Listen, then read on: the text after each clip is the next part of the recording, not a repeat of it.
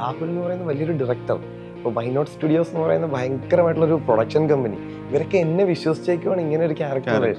ഇവിടെ ഈ ഒരു ക്യാരക്ടർ ചെയ്യാൻ ഇവിടെ ആളില്ലാത്തതുകൊണ്ടല്ല, പക്ഷെ അത് ഈ ഒരു പർട്ടിക്കുലർ ക്യാരക്ടർ ഞാനെന്നുള്ള വ്യക്തിയിലേക്ക് എത്തി. പിന്നെ അതിൻ്റെ ഇനി ആരെന്തെന്നൊക്കെ പറഞ്ഞാലും ഇതിൻ്റെ വിജയപരാജയങ്ങളിൽ ഈ ഒരു ക്യാരക്ടറിന് വല്ലാത്തൊരു സ്ഥാനമുണ്ട്. അപ്പം നമുക്കെപ്പോഴും വിജയം, നമ്മളെപ്പോഴും ആഗ്രഹിക്കുന്ന വിജയമാണ്. ഇനി ഏതേലും മൊമെന്റിൽ അതൊരു ഒരു ഒരു ഒരു ഈ ഒരു ക്യാരക്ടർ ആ ഒരു ആർക്ക് മൊത്തത്തിൽ പടത്തിനെ അങ്ങ് താഴേക്ക് കൊണ്ടുപോയി എന്നൊരു എവിടെയെങ്കിലും ഒരു കമന്റ് കണ്ടാൽ പിന്നെ ഞാൻ ചെറിയ കാര്യങ്ങളിൽ വല്ലാതെ ഞാൻ ഓവർ തിങ്ക് ചെയ്യുന്ന ഒരാളാണ് ഞാൻ.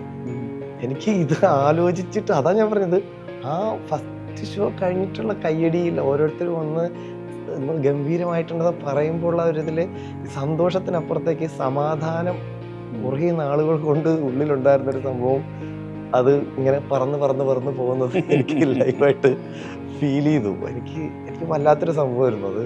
എനിക്കറിയില്ല, എല്ലാവരും വിശ്വസിച്ചു എന്നെ എന്നുള്ളതാണ് ഏറ്റവും വലിയൊരു കാര്യം.